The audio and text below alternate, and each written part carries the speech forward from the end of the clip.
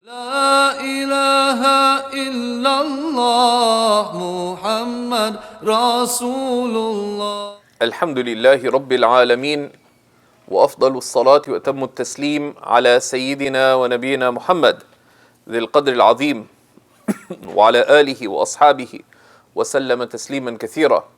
Alhamdulillah.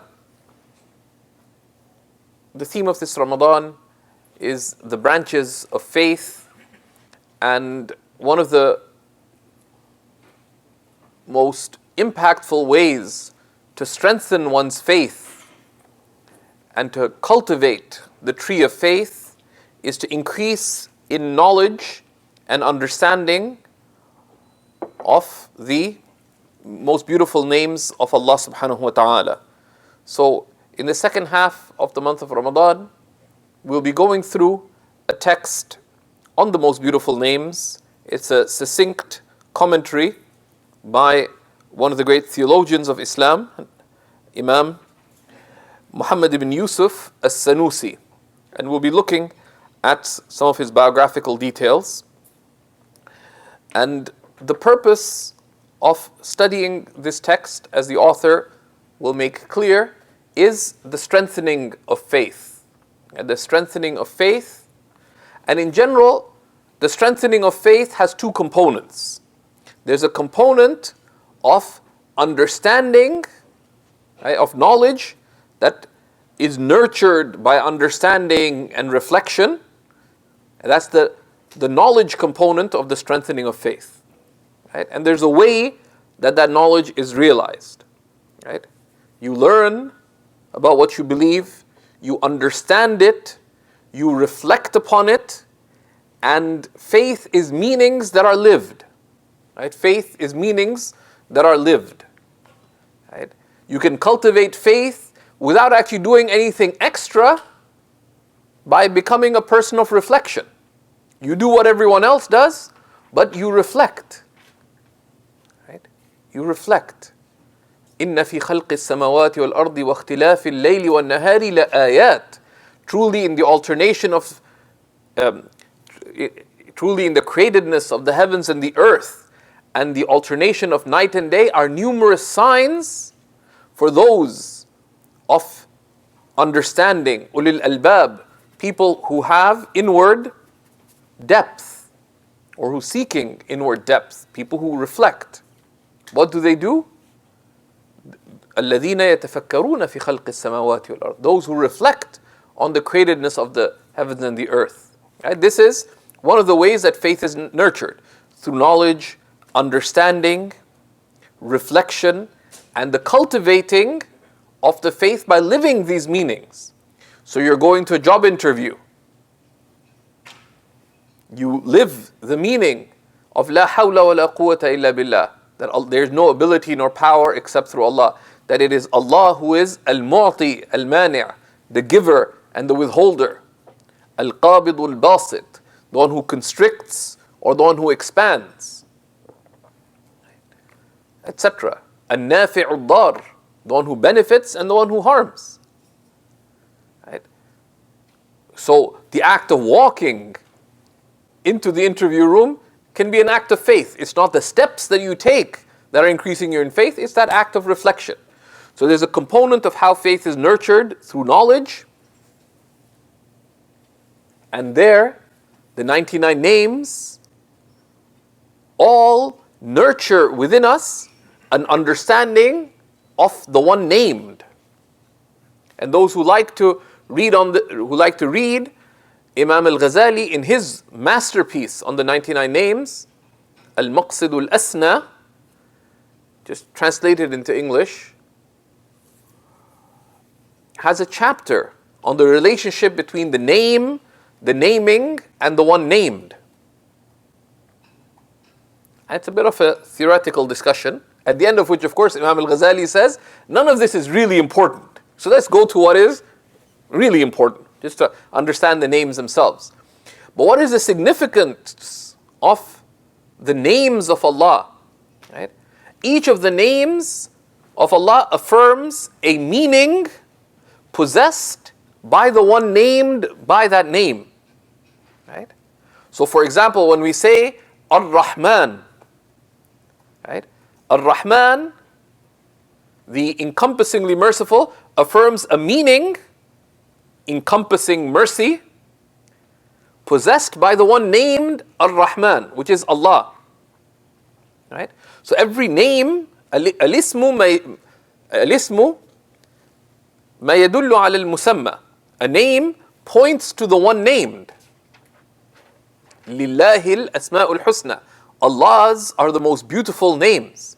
They're all Allah's. Okay? Right? And other verses affirm this meaning. So every name points to the one named, Allah. But it tells us about some meaning possessed by the one named, Allah. Right? So each of the study of the names of Allah, what does it do? Each of the names tells us about who is Allah. Who is Allah? So in that sense, this is of the most noble of knowledge, because they say sharaful ilm bihasabi sharafil ma'lum. Right? That the virtue or the nobility of any knowledge is in accordance with the nobility of what is known by it. And that's why the study of the names of Allah subhanahu wa ta'ala is so significant. Because what are we studying? We're studying what are the meanings possessed by Allah subhanahu wa ta'ala. So, the subject here of the 99 names, Allah subhanahu wa ta'ala tells us in the Quran, in the 7th surah, verse 180, Lillahi al-asma'ul husna. Allah's are the most beautiful names. فَادْعُوهُ بِهَا.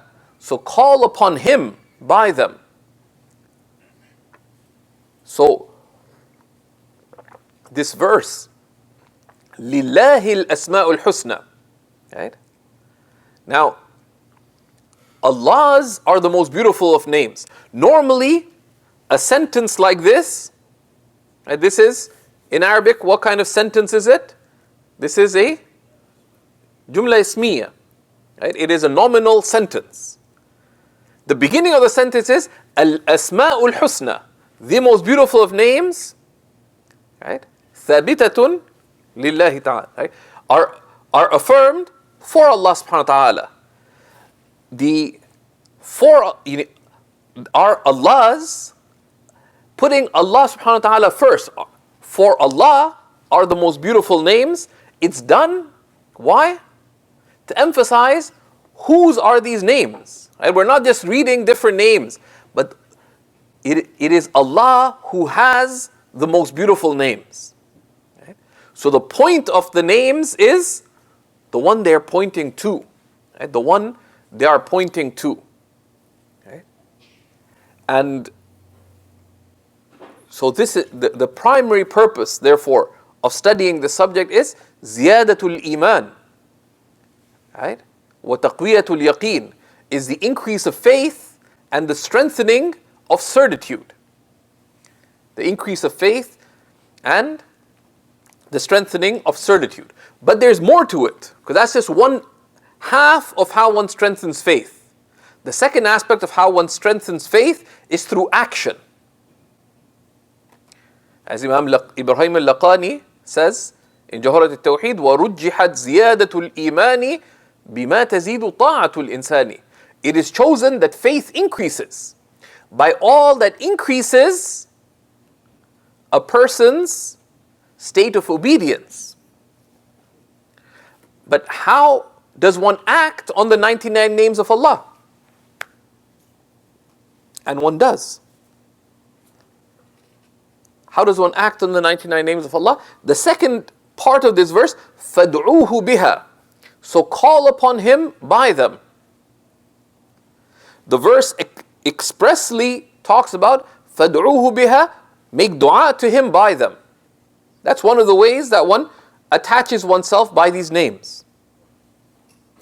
But also, every act that we engage in, every action that we engage in, whether of our outward actions or the actions of our heart, such as the state of our heart when we walk in to visit a relative who's upset, right? There's an act. You are outwardly doing something, but your heart is doing something. It's worried, it's scared, it's happy. Those are all actions. They're acts of the heart. And how does one act upon the implications of the 99 names? By two ways. One is ta'alluq.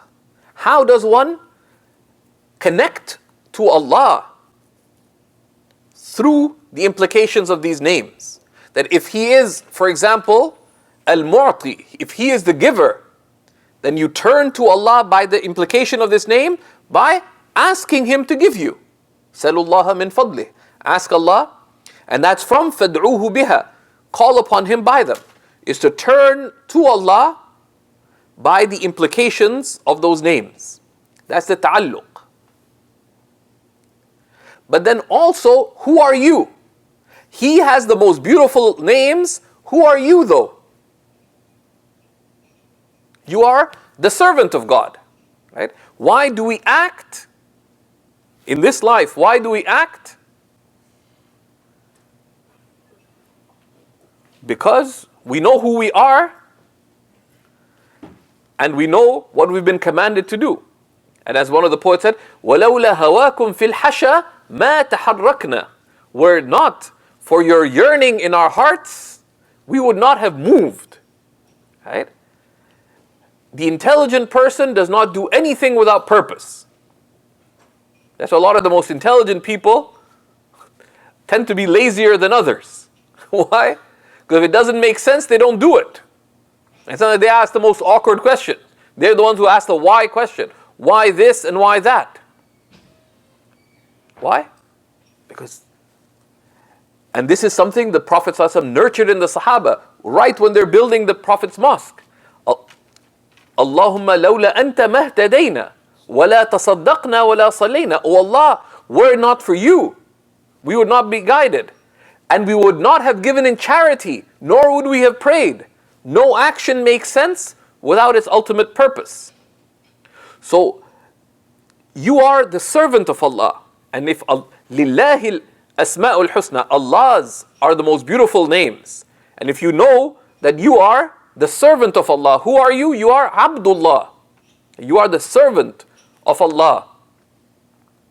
Then you are the servant of Anta abdun liman lahul asma'ul husna. You are the servant of the one who has the most beautiful names.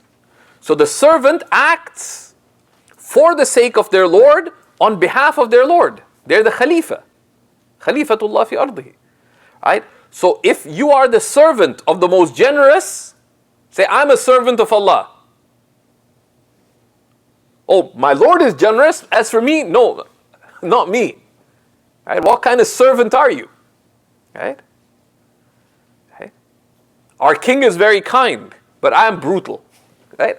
You're not really the servant of the most kind unless you strive to exhibit kindness. And that's the other way we turn to Allah through these names, is bit takhalluq. By characterizing ourselves by the implications of these names, as entailed by us being the servants of the one who possesses those names. So if He is, for example, if He is the ever watchful, right? Al-Raqib, then we should be ever watchful over ourselves. And we'll look at how these play out. Lillahi al-asma'ul husna fad'uhu biha. Allah's are the most beautiful names, so call upon Him by them.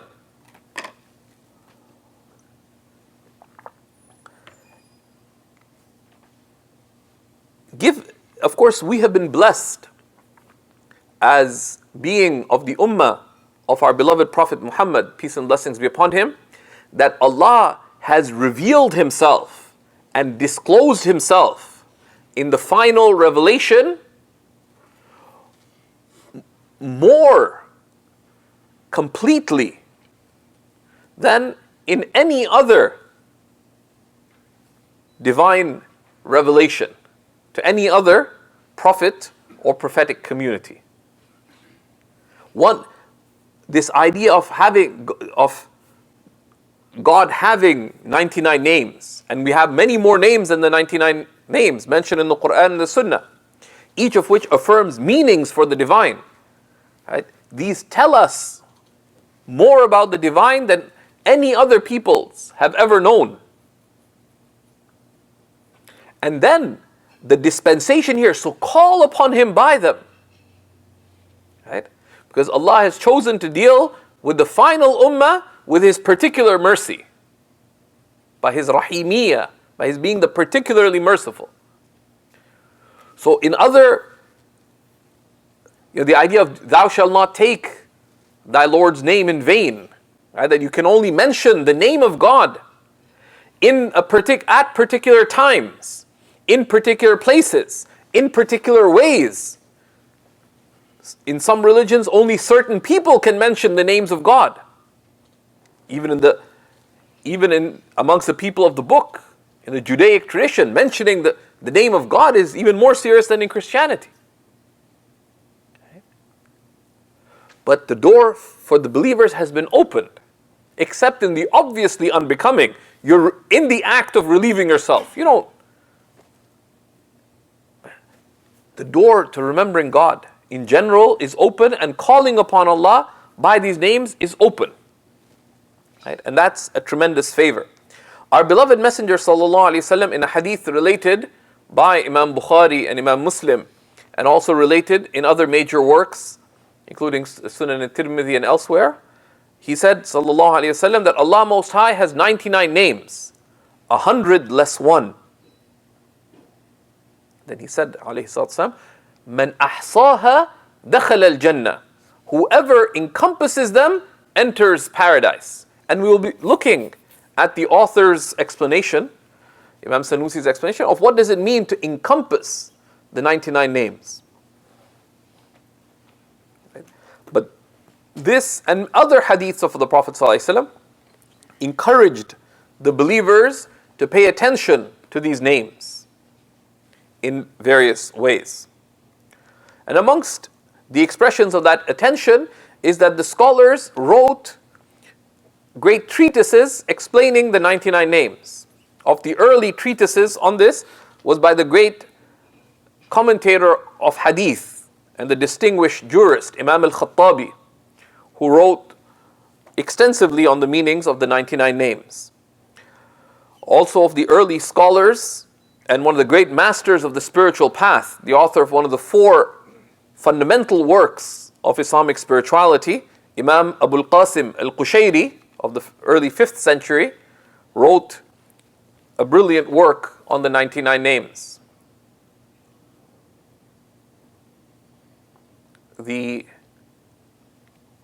brilliant and incomparable Imam Abu Hamid al-Ghazali wrote arguably the most famous work on the 99 names, Al-Maqsid al-Asna, the most radiant of aims in knowing the divine names. And it's translated, but it is begging for a better translation. I'll withhold my commentary on the translation. One of the students of Imam al-Ghazali, though he differed with him on some points, Qadi Abu Bakr ibn al-Arabi, the Maliki jurist, not the Andalusian spiritual master, Qadi Abu Bakr ibn al-Arabi wrote a very extensive work on the 99 names, and many others. Al-Ishbili wrote a large and distinguished work. Imam Qurtubi wrote a highly respected work on the 99 names. From the 9th Islamic century, Imam Ahmad Zarruq, often referred to as the Ghazali of North Africa, wrote a brief but brilliant commentary, which we have available.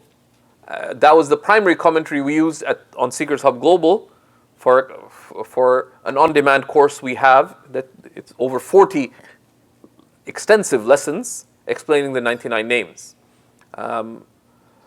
and unpacking what Imam Zarruq has to say. Imam Ahmad ibn Ajiba, who was a great spiritual master from the early 13th Islamic century, wrote a commentary on the Quran called Al-Bahr al-Madid, one of the most brilliant mid-sized commentaries, about 6 or 7 volumes. The expansive ocean, and some chapters, some surahs of the Quran from this, the tafsir of some of the surahs have been translated into English, maybe the immense ocean, Imam Ahmad ibn Ajiba. He decided to write a commentary on Surah Al-Fatiha. A large, it's published in 500-600 pages.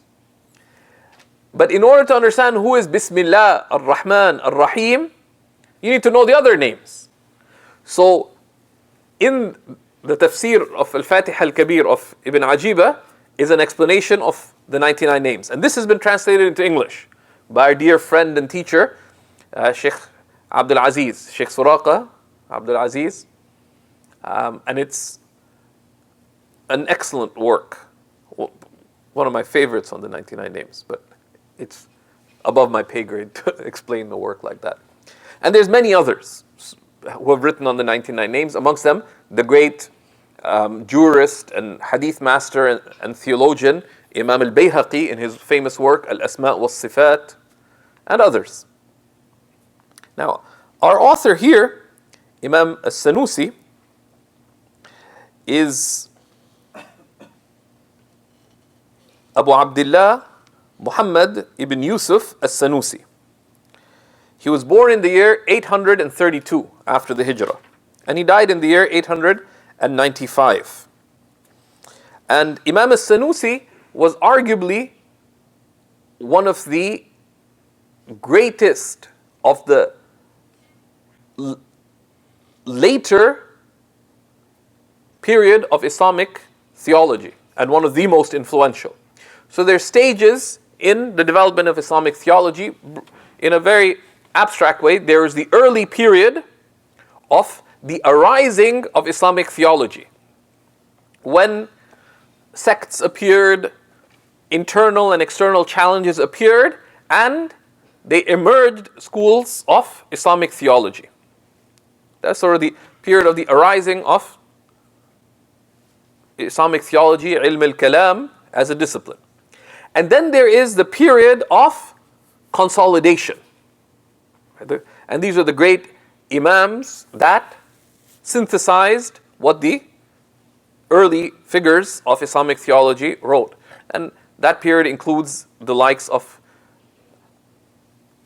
Imam Abu Bakr al-Baqillani. It includes amongst the Maturidis, Abu Mu'in al-Nasafi, Imam al-Ghazali, many others. So there's a period there of consolidation. And then you have the period of refinement. So you have great figures, and this is now into the 6th, 7th, 8th century Islamic history. Great figures like Imam Fakhruddin al-Razi, and the two contemporaries, Sayyid al-Sharif al-Jurjani and Sa'd al-Din al-Taftazani, who were contemporaries. They lived in the same lands at the same time, were specialized in the same sciences, but they couldn't get along. And that's a story for another day. They couldn't even agree on whether you should lend books or not.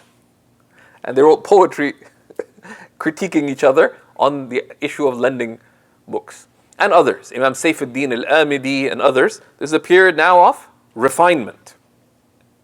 But then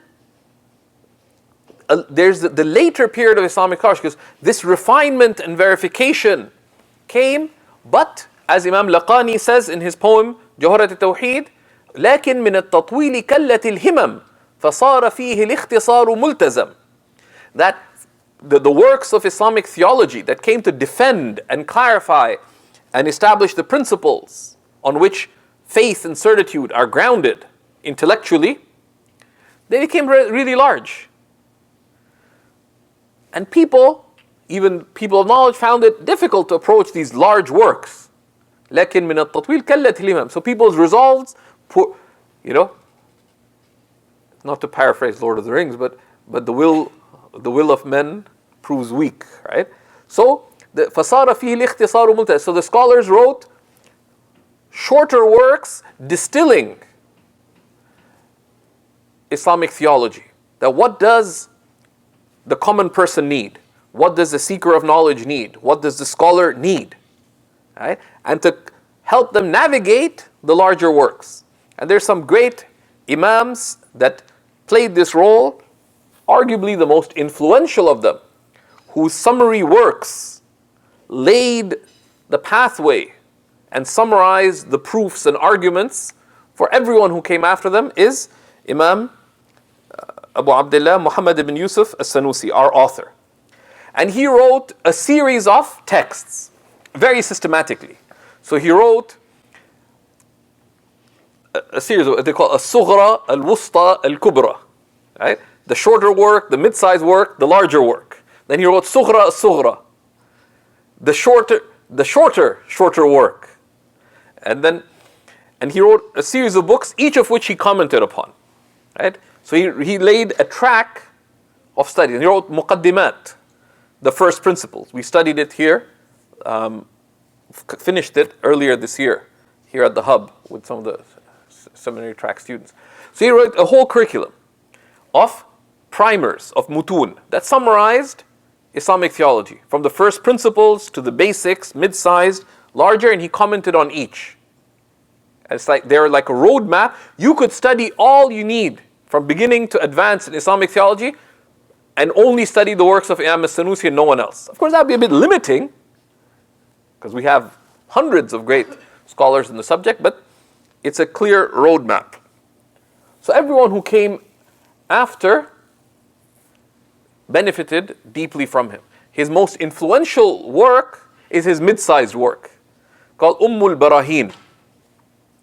Sometimes the people try to say the mother of all proofs. But Shay asluhu wa asasuhu, right? The is not just the mother.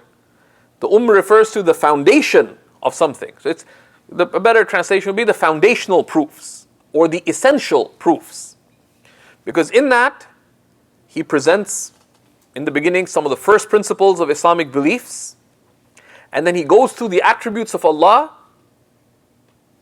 that which is necessary to affirm for Allah, possible to affirm for Allah, and absurd to affirm for Allah, and he gives the essential proof for each one. Right? That after everything has been said in 800, 900 years of Islamic scholarship, what is the most direct proof for each of these attributes? So this work became deeply influential. His other works too, but this one, it continues to be taught and studied and commented upon across the Muslim world. So, the work that we're covering is distinguished because of the author. The author is one of the great, brilliant minds of Islamic theology. Someone whose authority in the science of Islamic beliefs is acknowledged by all.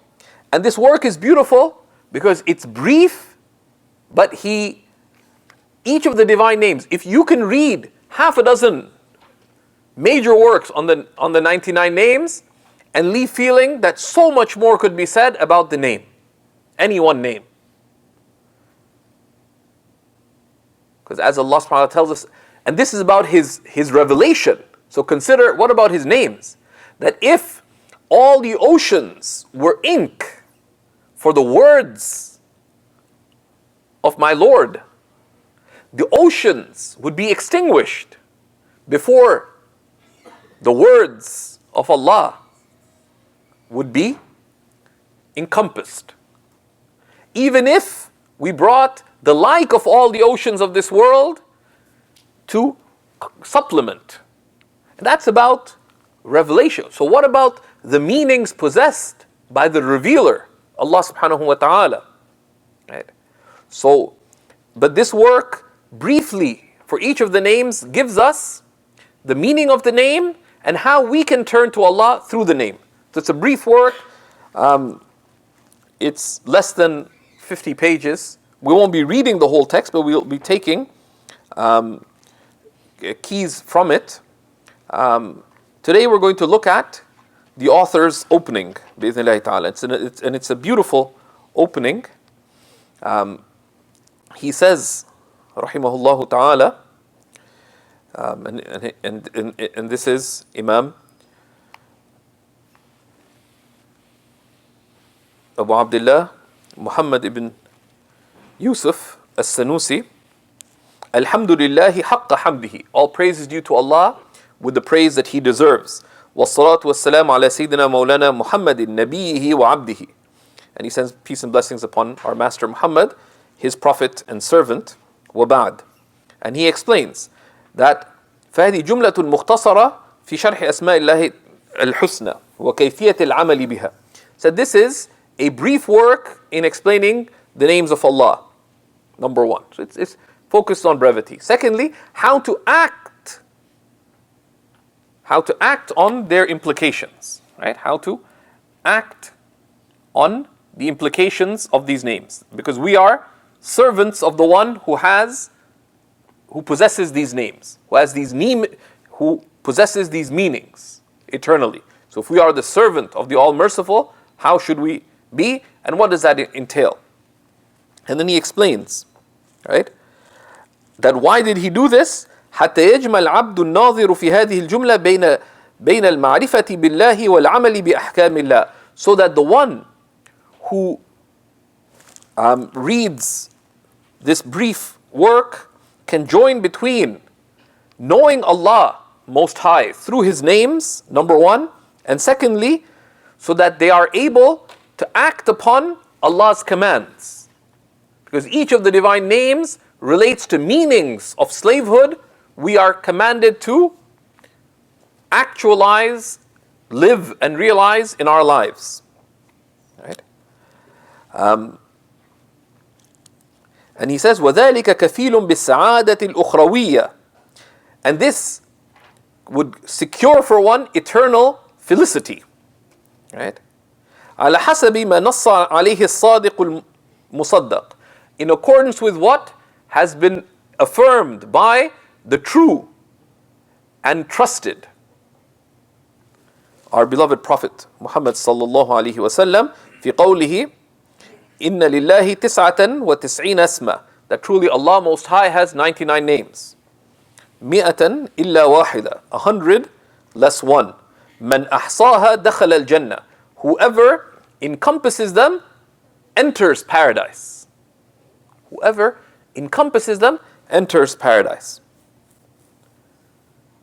Now, what does it mean, whoever encompasses them? Much has been said. Some said encompassing them means memorizing them. Others said it is to say them. Others said to know them. Others said other things. Imam Sanusi explains that whoever encompasses them enters paradise means encompassing them. He said, قِيلَ أَحْصَاهَا عِلْمًا وَعَمَلًا. It is said this means to encompass them through knowledge and action. Meaning through knowledge of Allah. How? By increasing in understanding of faith and the cultivation of certainty, and action through submission in Islam and excellence, ihsan. Right? And this is what he will explain. Just in brief, some of the other explanations given for what is meant by man ahsaha, as mentioned by Imam Zarruq and Ghazali and others, is making dua to Allah through these names, which would include, right, that sometimes when you make dua, you can add these names, right? You reflect on the name, so you say, Ya Hayyu Ya Qayyum. There's so many hadiths of the Prophet ﷺ where he mentions different names and he calls upon Allah by Ya Hayyu Ya Qayyum bi rahmatika astaghith, Ya Latifu Ya Sattar, Ya Qawiyyu Ya Qahar. Different names to mention them together as part of one's own dua, and one can append them to the prophetic supplications as well.